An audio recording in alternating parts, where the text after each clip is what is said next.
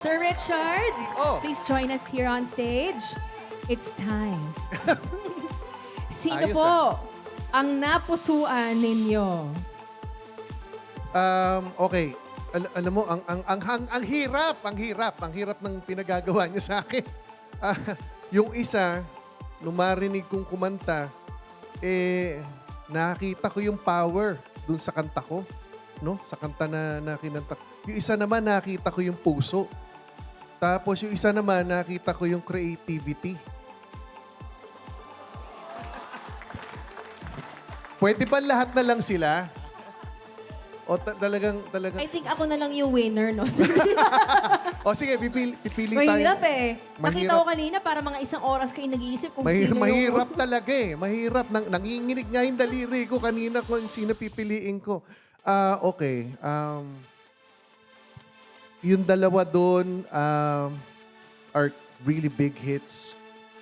Paminsan-minsan, hindi ko kaya. But still, bumabalik yung pagka-Pilipino ko eh. So, ang Sing My Song winner ay si...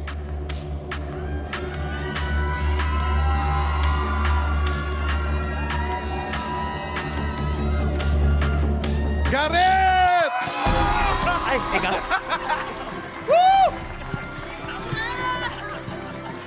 Garrett Bolden!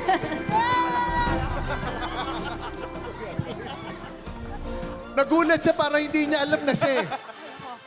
Mag-cheer na sa iba. Nalito si Pipita ko, siya pa si Garrett Bolden. Hindi pala. Si Pipita'y tumakbo eh.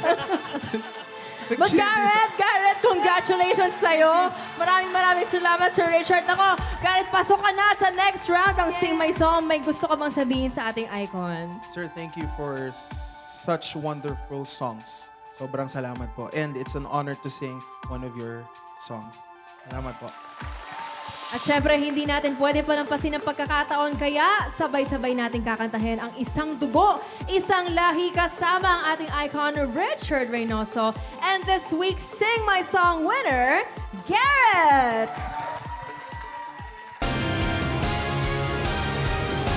Mataas to eh. Ikaw at ako, Tayo ay Pilipino, isang bansa, ba't di magkaisa? Isang dugo, isang lahi at musika, ang pangarap ko. ang pangarap ko, Ang pangarap ko'y bansa, mapayapa.